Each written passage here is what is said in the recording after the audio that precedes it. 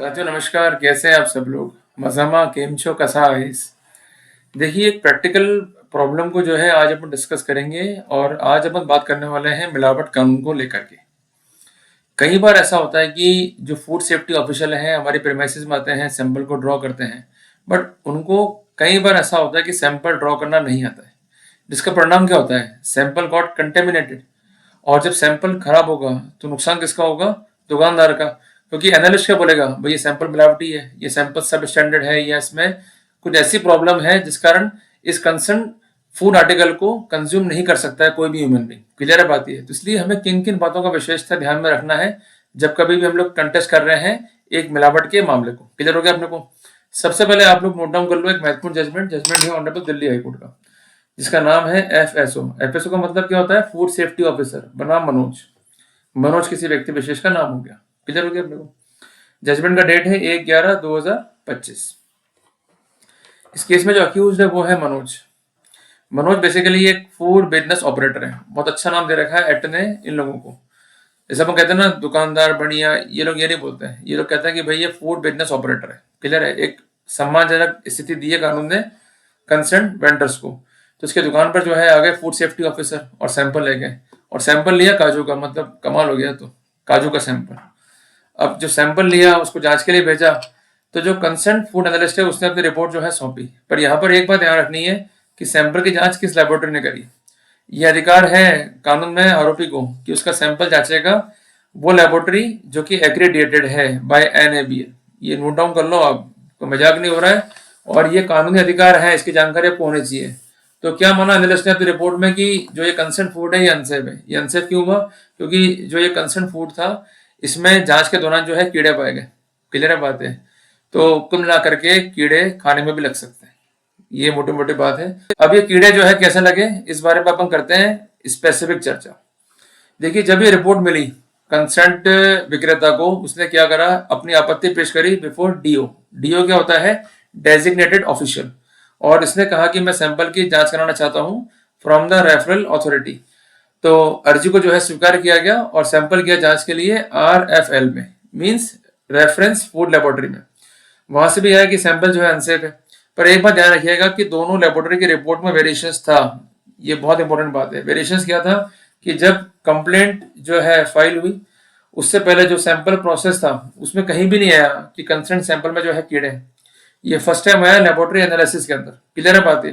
तो ये अटैक था प्राइम अटैक डिफेंस का कि जो कीड़े नहीं मिले कार्रवाई के दौरान, वो कीड़े पैदा कैसे हो गए जांच के दौरान। क्लियर है बात है। तो इनका कहना यह था before the concern trial court, जो साइंटिफिक एविडेंसेस हैं वो टोटली इनएडमिसिबल है, क्योंकि सही तरीके से सैंपल को जो है ड्रॉ नहीं किया गया। एक बात ध्यान रखिएगा, अगर सैंपल सही ड्रॉ नहीं है इट में अफेक्ट द रिजल्ट एनालिसिस। तो इनका कहना यह था कि जो इंसेक्ट्स मिले हैं बेसिकली कारण क्या था उसका, कि सैंपल लिया गया ड्यूरिंग मानसून सीजन। जब मानसून सीजन होगा तो संभावना है कि मॉइस्चर भी आ जाएगा, संभावना है कि एयर से जो कंसर्न आर्टिकल है संपर्क भी उसका होगा। तो ड्यू टू दैट सिनेरियो जो कंसर्न इंसेक्ट्स है वो पैदा भी हो सकते हैं और इम्पैक्ट भी हो सकता है रेंसिडिटी का। रेंसिडिटी मीन्स बदबू आना खाने में से। क्लियर है बात ये है। तो मेरा कहना यह है आप सबसे कि ये दो फैक्टर जो है इस पर हिट करा कंसर्न डिफेंस ने साइंटिफिक रिपोर्ट को, और दोनों ही फैक्टर को माना प्लॉजिबल। ट्रायल कोर्ट ने अल्टीमेटली ट्रायल कोर्ट ने एक्विटल कर दिया। फिर मामला हाईकोर्ट में गया तो हाईकोर्ट ने भी जो है एक्विटल को अपील कर दिया। तो मोटी मोटी बात यह कि जब कभी भी अपने खिलाफ कार्रवाई हो रही है बाय फूड सेफ्टी ऑफिसर, तो उसका मतलब ये नहीं कि अपन घबरा जाएंगे। देखिए, फूड सेफ्टी ऑफिसर मौके पर आपको गिरफ्तार नहीं कर सकता है, वो सिर्फ आएंगे सैंपल को ड्रॉ करेंगे। यहाँ पर सबसे बड़ा ग्लिच क्या है कि सैंपल ड्रॉ कैसे होगा। इससे बार बार मैं कहता हूँ कि अपनी प्रीमाइसिस में आप लगवाओ सीसीटीवी कैमरे। सैंपल को ड्रॉ नहीं करते हैं, साथ में कहते हैं मुलाजिमान, जिसको कॉमनली ये लोग कहते हैं बाबू या क्लर्क या एलडीसी, वो सैंपल ड्रॉ करते हैं। ये तो आराम से बैठे रहते हैं, आपसे बातचीत कर रहे होते हैं। क्लियर है बात है। अगर ये स्थितियां दिखाई दे रही है कैमरे में, अपने लिए प्लस पॉइंट हो गया। और मैं ये भी निवेदन करूंगा आपसे, हिडन कैमरे भी आते हैं, क्योंकि जो कैमरे एक्सपोज होंगे ना तो वो दिख जाएंगे इनको, तो कहेंगे साहब कैमरे बंद कर दो या कैमरे हटा दो। बात समझ रहे ना मेरी आप। और कई बार ये भी हो सकता है कि फोर्सफुली कैमरा को बंद कर दें। क्लियर है बात ये। तो आपको हिडन कैमरे भी इंस्टॉल करने चाहिए। दूसरी बात है, अपने साथ में आप रखो specific devices regarding the recordings. कई बार ऐसा होता है कि ये लोग आपसे पैसे मांग सकते हैं, रिश्वत की याचना भी कर सकते हैं। आप सही हो पर आपको तंग परेशान किया जा सकता है, तो रिकॉर्डिंग कर लो और उस रिकॉर्डिंग की एडमिसिबिलिटी है as per judgement of honourable Supreme Court, वो रिकॉर्डिंग आप इनके जो डिपार्टमेंट है उसको भी शेयर कर सकते हो। क्लियर है बात ये। और इसके अलावा सीबीआई या एंटी करप्शन में जाके इनको ट्रैप भी करवा सकते हो। क्लियर है बात ये।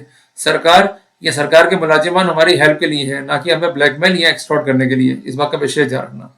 तीसरी बात, जब भी रिपोर्ट आपको आएगी जांच के बाद, इस बात को इंश्योर करना है कि क्या इस लेबोरेटरी के पास में NABL का सर्टिफिकेट है या नहीं है, क्या ये लेबोरेटरी प्रॉपर्ली एक्रेडिटेड है या नहीं है। अगर वो चीज आपको नहीं मिलती है then we could take the benefit.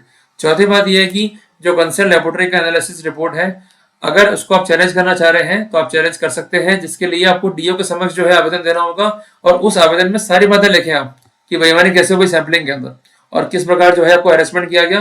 और इसके अलावा जो रेफरल लेबोरेटरी का एनालिसिस का जो रिपोर्ट है और जो इनिशियल रिपोर्ट है एनालिस्ट का, अगर उसमें वेरिएशंस आ रहा है तो इट विल इंडिकेट दैट कि सैंपल को जो है सही ड्रॉ नहीं किया गया है, sample is not homogeneous, sample is not representative, ultimately we will get the benefit. तो कानून में व्यवस्था है पर उसका बेनिफिट जो है हमको लेना आना चाहिए। जैसे यहाँ पर एक बेनिफिट लिया गया कि सैंपल गलत ड्रॉ हो गया, ईयर का जो है कॉन्टेक्ट हो गया with the article, there might be possibility of contamination, moisture का भी जो है इम्पैक्ट है। और ये बातें सपोर्ट करता है साइंटिफिक लिटरेचर भी कि अगर मानसून के दौरान जो है सैंपल लिया जाएगा और प्रॉपर्ली जो है इंटेक्ट नहीं हुआ है सैंपलिंग का इक्विपमेंट, तो ऐसे सिनेरियो में कंटेमिनेशन, रेंसिडिटी, इंसेक्ट्स डेवलप होना, ये स्थिति आना पॉसिबल है। तो हमें केस को साबित नहीं करना है बियॉन्ड रीजनेबल डाउट। मैं बात कर रहा हूँ डिफेंस की, हमें हमारा डिफेंस जो है प्रोबलाइज करना है, हमें रखना है प्लॉजिबल व्यू। किधर हो गया अपने को। इसलिए पूरा आप जो है अपना एविडेंस को देखो, वर्कआउट करो और जो भी रेमेडी एज पर लॉ है उसको लेने का जो है प्रयास करो। और एक बार जो है आपको मैं नोट डाउन करा दूं, जो भी आपका फूड आर्टिकल जो है मिलावटी घोषित होगा उसके लिए बेसिक प्रोटोकॉल है, वो है food safety and standard, food product standard and food additives regulation 2011। इसमें जो इंडेक्स दे रखे हैं ना उसके अनुसार ही जो कंसेंट फूड है उसको अमानक घोषित करना है या मानक जो है घोषित करना है। किधर हो गया अपने को।